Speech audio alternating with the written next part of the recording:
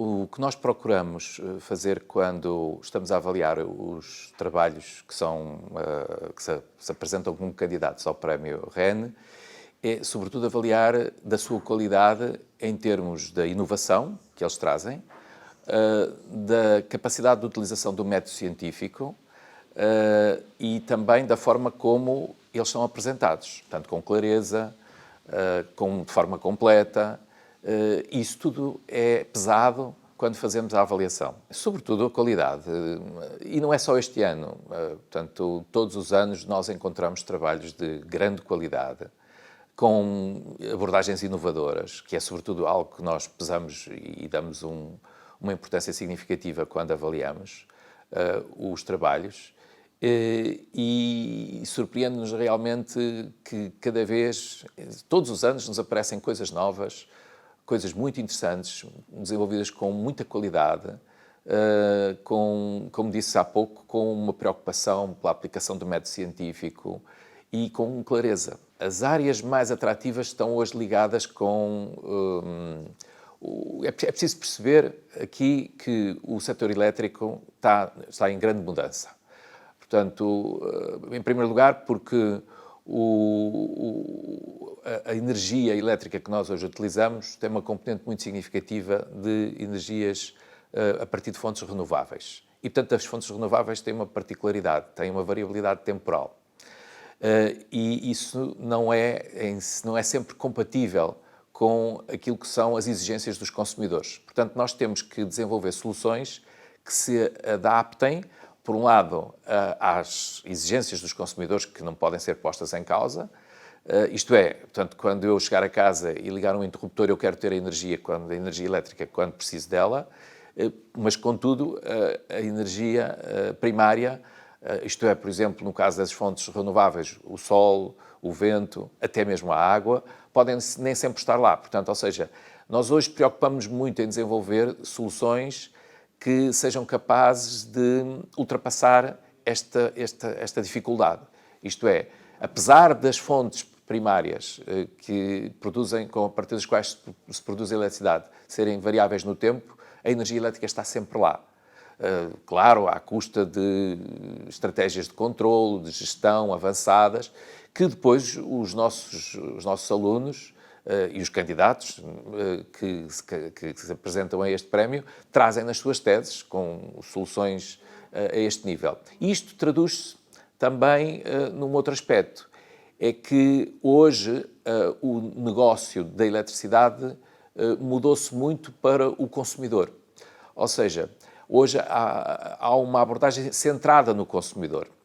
O funcionamento do sistema elétrico está hoje cada vez mais centrado naquilo que é o consumidor e a sua capacidade de resposta, a sua flexibilidade para se adaptar precisamente a todas estas mudanças. E, portanto, quando nos aparecem estes trabalhos, eles vão trabalhar sobre estes temas, vão desenvolver estes assuntos, para além de que há um outro aspecto importante, é que todas estas mudanças levaram a que os sistemas de produção de eletricidade, os conversores, hoje baseiam-se cada vez mais em eletrónica de potência e isso traz uma mudança significativa relativamente à operação do sistema e é preciso ter isso em conta. Portanto, novas regras de controlo, de gestão e tudo isso vem nesses trabalhos.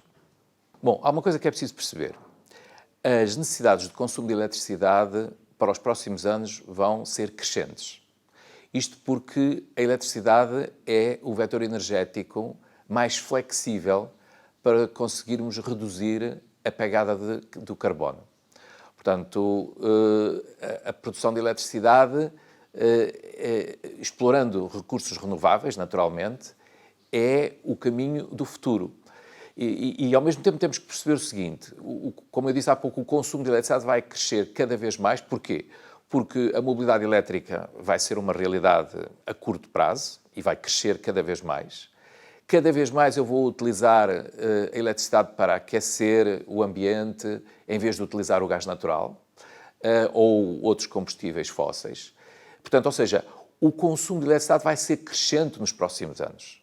A sociedade e a economia do futuro é uma sociedade cada vez mais dependente da eletricidade. E isto significa que nós temos que responder a estes desafios do crescimento da procura, mas ao mesmo tempo temos que perceber que a satisfação dessa procura vai ter que ser feita à custa dos recursos renováveis, porque eu não consigo conceber o desenvolvimento de um sistema elétrico do futuro continuando a utilizar combustíveis fósseis para produzir eletricidade, porque aí não resolve o problema da dependência das emissões de carbono, de dióxido de carbono.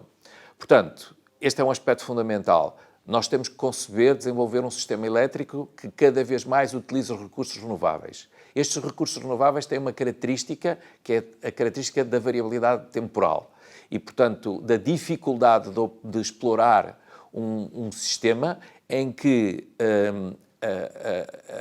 a oferta varia quando a procura também varia. E aquilo que nós nos habituámos a fazer, a estudar e a implementar no setor elétrico, foi que a oferta seguia a procura. E hoje em dia, como a oferta também varia, nós temos aqui um problema, é que a procura tem que se adaptar à oferta, o que é assim uma coisa estranha. Não é? Portanto, ou seja, então, o que é que isto significa? Significa que nós temos que desenvolver soluções em que os consumidores têm eles um papel também de relevo em termos de flexibilização dos seus consumos para se adaptar à oferta da energia. Isto é, se nós conhecermos que em determinado um período do dia vai haver maior vento ou vai haver mais sol, então o que os consumidores devem fazer é promover o deslocamento dos seus consumos para esses períodos. E, portanto, isso hoje já está a começar a ser feito. Ou seja, ao nível do consumidor doméstico, é talvez até mais fácil de fazer isso do que ao nível da indústria, porque a indústria tem processos em contínuo, que são difíceis de conseguir flexibilidade. Ao nível do consumidor doméstico, é possível fazer o deslocamento de alguns consumos. E nós temos que perceber quais são esses consumos que nós podemos deslocar dentro de uma instalação doméstica. Por exemplo, o funcionamento de uma máquina de lavar roupa, o funcionamento de uma máquina de lavar louça. Esses tipos de consumos podem ser deslocados. Isto é, eu posso, se tiver uma informação de que o recurso primário renovável, por exemplo, solar fotovoltaico, está disponível a uma determinada hora do dia, eu posso fazer com que esses equipamentos, esses eletrodomésticos, funcionem a essas horas. E, por outro lado, existem outro tipo de consumos, ao nível dos consumidores domésticos, que podem ser geridos. São todos aqueles que têm a ver com inércias, e nomeadamente inércias térmicas. Isto é, o aquecimento da água para os banhos, o aquecimento do ar ambiente, em que eu posso jogar com a inércia térmica, porque não preciso ter a água exatamente à temperatura de 50 graus, mas se calhar se estiver aos 48 ou aos 47 é suficiente. A banda de conforto com que eu posso querer estar dentro de minha casa pode ser suficientemente flexível para poder ligar e desligar os equipamentos que garantem o aquecimento do ambiente e da água e com esta gestão, uma gestão inteligente, uma gestão em que se procura otimizar os consumos de forma a minimizar o custo ou maximizar a utilização dos recursos renováveis, é hoje perfeitamente possível. Nas empresas nem sempre é tão fácil fazê-lo, porque em alguns processos industriais, que são processos em contínuo, é difícil consegui-lo. No entanto, existem algumas empresas onde é possível fazer funcionar determinados equipamentos em determinados períodos, nomeadamente nos períodos em que há maior abundância dos recursos renováveis, e para isso é preciso que essas empresas tenham alguma capacidade de armazenar o que é o resultado de um produto em curso que está a ser desenvolvido no processo de fabricação. Dou-lhe um exemplo.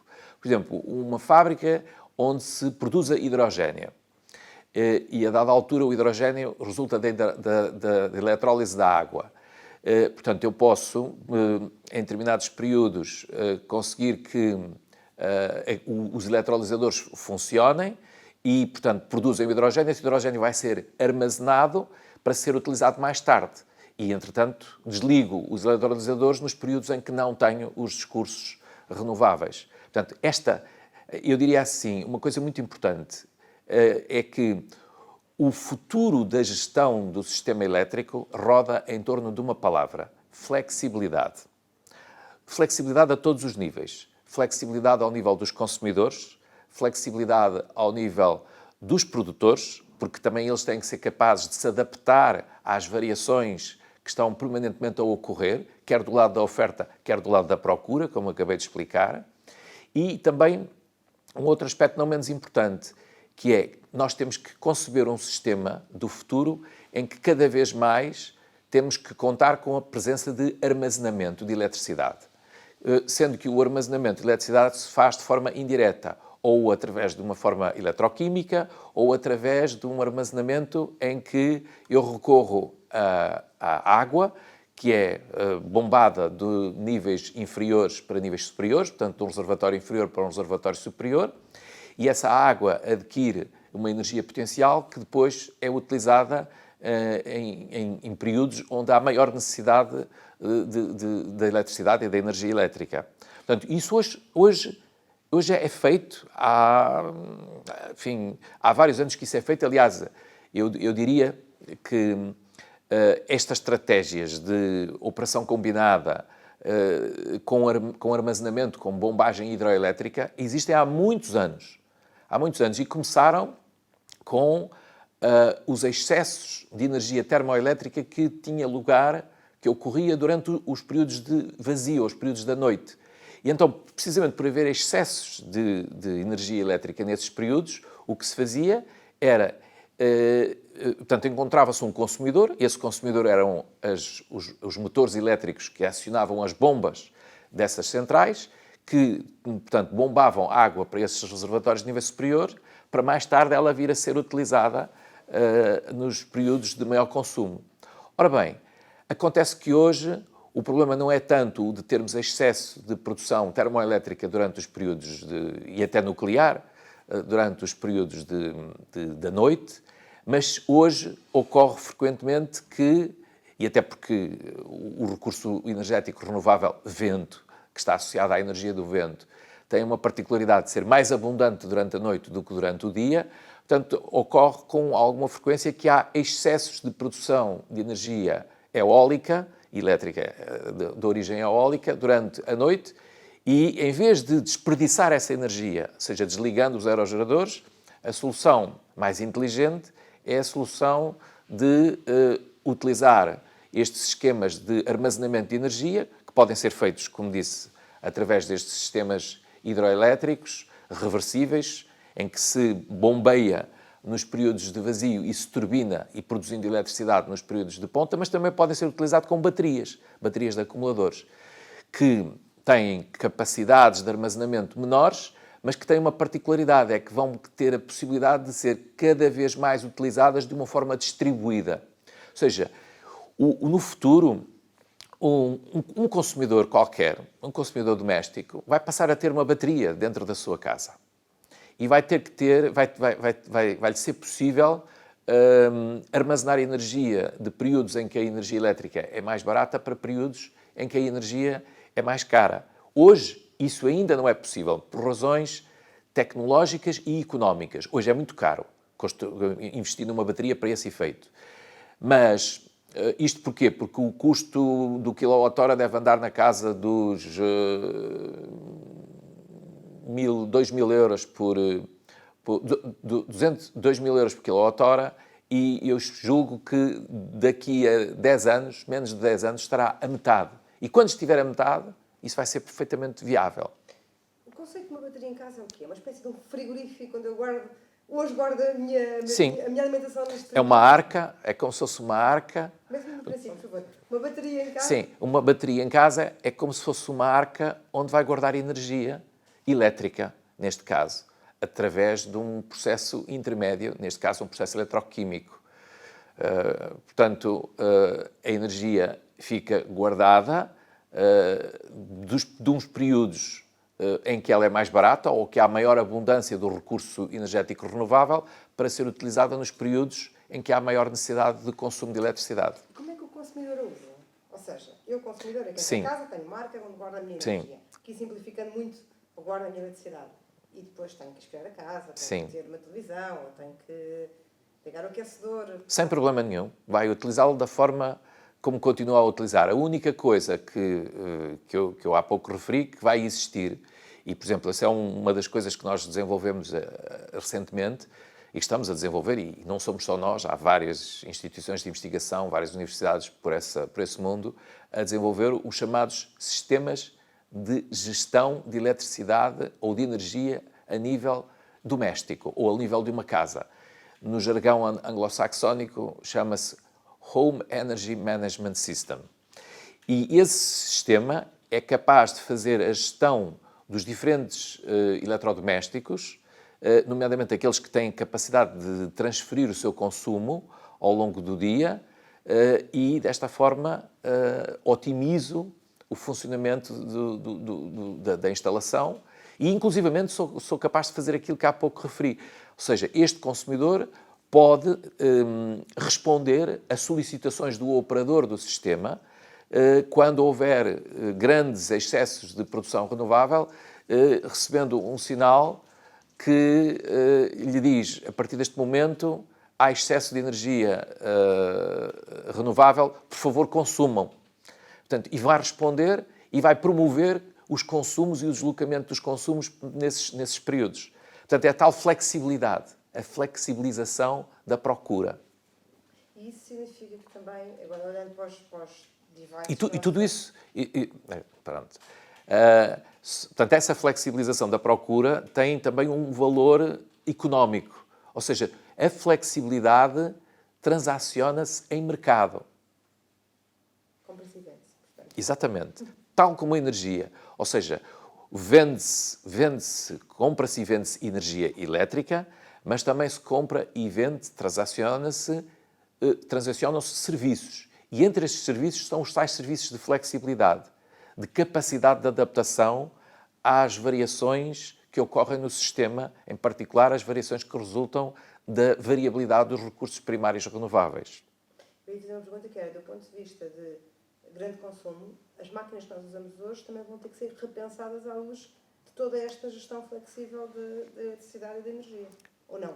Tipo, sei lá, a máquina provavelmente que eu uso em minha casa para lavar a roupa não estará preparada para fazer uma gestão eficiente por horas do dia, por tipo de energia, etc.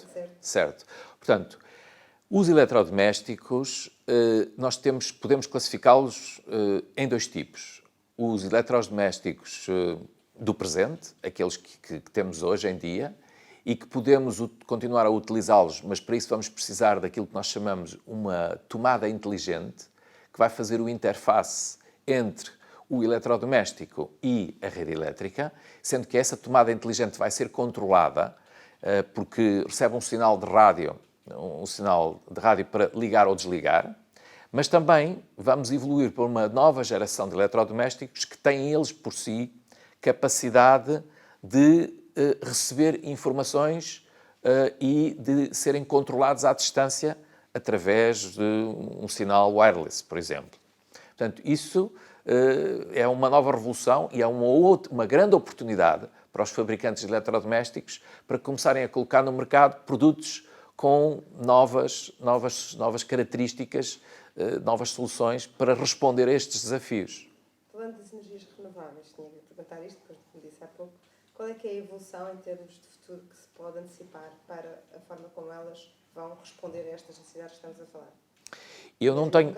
Sim, relativamente à evolução que se espera das energias renováveis para a satisfação das necessidades de consumo de eletricidade, eu acredito que nos próximos 20 anos, e em particular olhando para o caso português, nós vamos ser capazes de satisfazer a procura de uma forma tendencialmente 100% renovável. Portanto, isto significa que nós teremos capacidade de, com os equipamentos de produção, com as fontes que vamos explorar e que vão ser o solar fotovoltaico, a energia eólica, a hidroeletricidade, as biomassas, tudo isso nós vamos conseguir satisfazer a procura de uma forma tendencialmente 100% renovável.